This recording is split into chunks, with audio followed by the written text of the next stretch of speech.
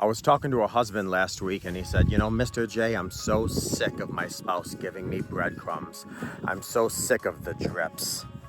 And I said, well, is she, I knew he was married to a female. I said, is she consistent? Yes, she is. Is this a pattern? Is she reliable with her drips, with her breadcrumbs in her healing? Yes. I said, okay. I understand that's frustrating, and I understand you deserve more, far more. Unfortunately, however, sometimes people have a 2-gallon capacity gas tank when we have a 10-gallon capacity gas tank, and they might be given their all, but it's really just still giving us fumes. If our sink is dripping and we come back in 2 hours and it's still dripping, all we see is drips. But you put a bucket under that drip and you come back in 2 hours and you see a decent amount of drip and a decent amount of liquid in that bucket.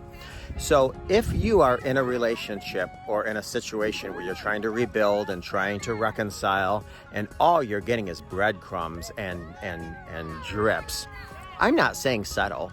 I'm not saying settle at all, because you deserve more and you should get more.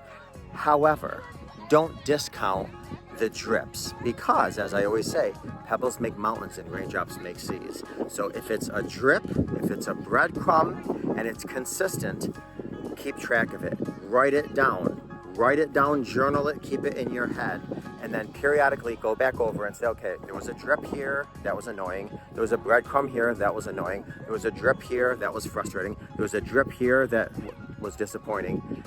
Collectively, however, you got yourself a little puddle. Hope that helps.